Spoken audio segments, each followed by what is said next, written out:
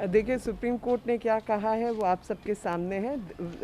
जो rationalisation oxygen की होनी है विभिन्न राज्यों के बीच में, वो भी एक विषय है। और आपको समझना होगा कि दिल्ली में मात्र 2.5 करोड़ लोग रहते हैं और राज्य सरकार को भी अपने हिस्से का काम करना है। सारी चीज़ केंद्र देता रहेगा क्योंकि यहाँ पर सुप्रीम कोर्ट है और सारे मंत्री, केंद्र सरकार यहाँ रहती है। का मतलब ये नहीं है कि राज्य सरकार अपने हिस्से का काम नहीं पूरा करेगी। लॉकडाउन लगाना पड़ा क्योंकि लॉकडाउन लगाना मजबूरी थी। जब पिछले साल लॉकडाउन लगा था और केंद्र सरकार ने सब नियम, सब चीज़ें अपने हाथ में ले रखी थी, और वो लॉकडाउन और उसके बाद की व्यवस्थाओं की जिम्मेवारी राज्य सरकारों की थी, क्योंकि राज्य सरकार ही थी जो उस समय लॉकडाउन का विरोध कर रही थी, जिसमें दिल्ली सरकार भी एक सरकार है।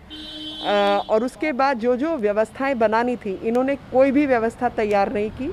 और आज जब बड़े बड़े राज्य हैं, महाराष्ट्र, तमिलनाडु, तेलंगाना आदि बहुत सारे ऐसे राज्य हैं जहां पर ऑक्सीजन पहुंचाना है और सबके बीच में बंटवारा करना है ऑक्सीजन का। ऐसे में दिल्ली को औरों से अधिक ऑक्सीजन क्यों चाहिए, ये सोचने का विषय है, क्योंकि दिल्ली खुद अपनी अव्यवस्थाओं के लिए जिम्मेवार है। दिल्ली में सब केंद्रीय सरकार के लोग रहते हैं, सुप्रीम कोर्ट यहाँ पर है। तो उसका मतलब ये होगा कि सब काम राज्य सरकार छोड़कर केंद्र सरकार के सिर पे मंडराएगी और काम अपना पूरा नहीं करेगी।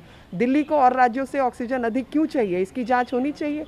और ख़ास तौर पे जब इनके मंत्री इमरान हुसैन के यहाँ से 700 के करीब सिलेंडर पकड़े जाते हैं, 650 700 कितने सिलेंडर पकड़े गए हैं, तो बाकी एमएलएज ने क्या किया उसकी जानकारी भी हमें चाहिए। और कहाँ ऑक्सीजन गई और कहाँ सब अव्यवस्था में तब्दील हुआ, इसका रैशनलाइजेशन तो होगा ही ना।